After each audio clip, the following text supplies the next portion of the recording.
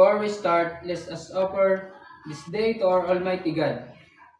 Let us stand and bow our head and feel the presence of the Lord. In the name of the Father, Son, Holy Spirit. Amen. So, a present day trainer for today. I am Gratil Roniel, your trainer for the driving articulated vehicle in C3. So, let us have a first our attendance. So, please pass this paper. Okay, thank you. Very good for a perfect attendance. Trainees in every classroom has a class river and class rules and regulation. Same with our training session. And these are the following rules and regulation I have. I have here a data gathering sheet for the determine your characteristic as well as your background knowledge in this application. So kindly answer this paper. You have 10 minutes to answer.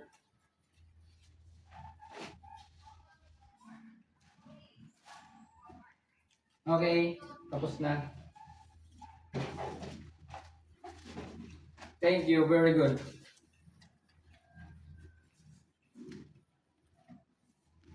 Another sheet of paper, what I am holding is the assess self-assessment checklist for me to determine your current competency,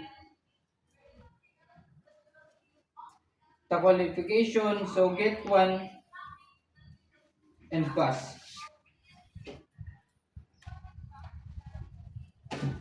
Okay, very good. So after evaluating your responses, it seems that Mr.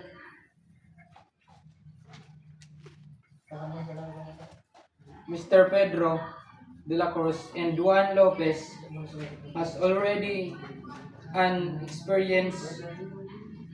Good to know, Mr. Juan and Mr. Pedro. So for the two of you, show us evidence. You can explain your tell us something for the to validate your experience. Stand up.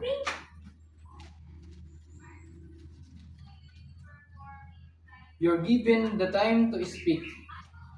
Okay, thank you for sharing us your knowledge and experience. The competency, very good. So in the Ma? Okay, very good. So in this juncture, let us start the proper orientation in this qualification. Driving articulated vehicle in C3. So CBT driving articulated vehicle in C3. There are 7 will flash on the screen. The first, the definition of CBT. Principle of CBT, the role of the trainer is role of the training and the CBT process flow, the different competency. C1 and the CBT or the competency-based learning material. As you can see, the screen, the definition of CBT, which mean as a training approach that focus on the competency development of the learner as a result of a training. Next is the principles of CBT. These are many principles.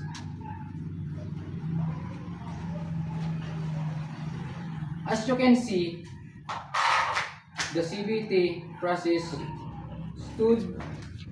It is a process we will see use the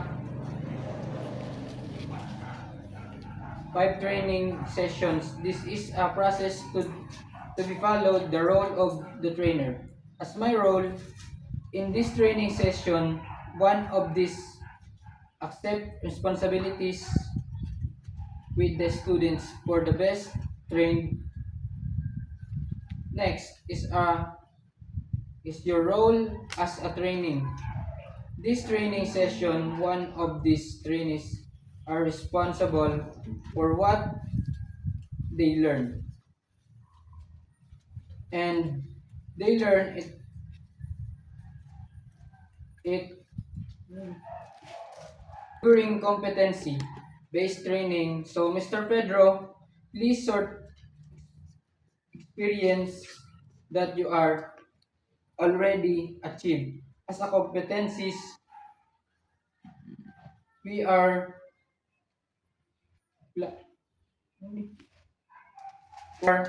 already achieved a competency in driving. Thank you for our class is dismissed. Please stand. So thank you so much. Okay, good day everyone. Today is the start of our second day of training in the qualification in the driving articulated vehicle in C3. Before we start, let us bow your head and feel the presence of the Lord in the name of the Father, the Son, and the Holy Spirit. Amen. Okay, please be seated. Before anything else, let's post. Code pala na din. Okay, before anything else, let's check your attendance.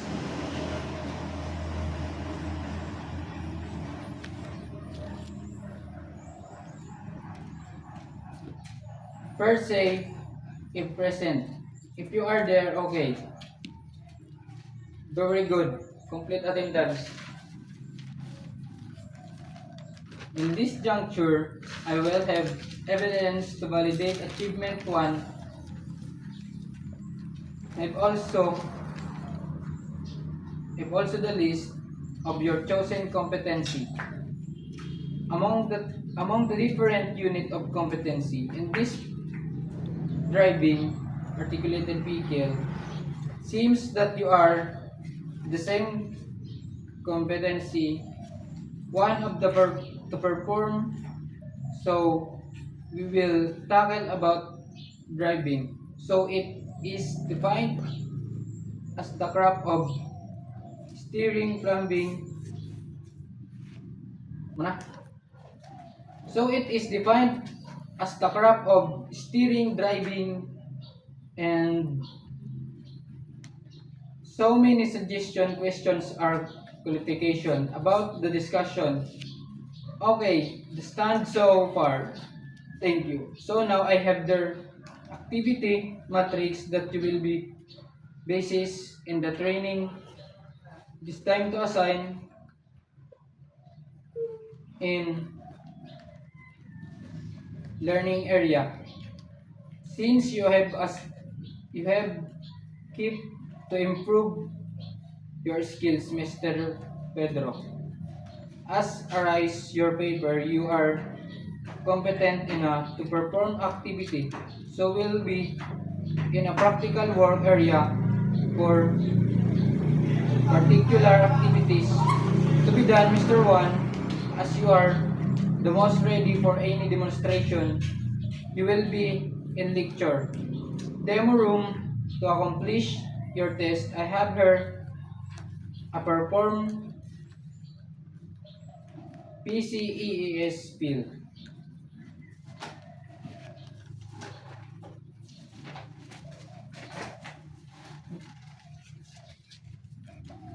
All done? Okay, thank you.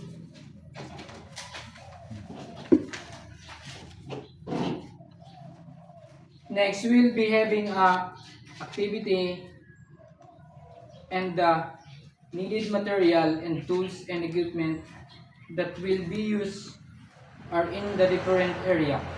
We will behave CDLM or competency-based learning material that we will be used all through the session, all the activities that we will discuss and start. In the training before we start with the activity, we have a process chart, a progress chart, which will be include your grade or your progress and the sessions and qualifications.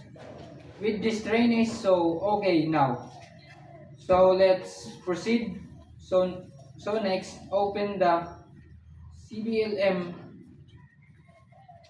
and read information sheet 3.1 to 3.2 and answer the exercise 3.1, 3.2. And after answering, compare your answer to the answers present. 3 in 1 and 3 in 2. After that, we having about what you have learned for Mr. Pedro. Do you want to perform your ready perform? A design for casual dress. Pumuputok nga. To perform for our ready to perform. A design of driving for a casual. Okay, yes, very good. You need to perform a design for a casual. Observe and guide you in your class. For Mr. Pedro, you will prepare a presentation about the topic, different tools and equipment in the driving articulated vehicle in C3. If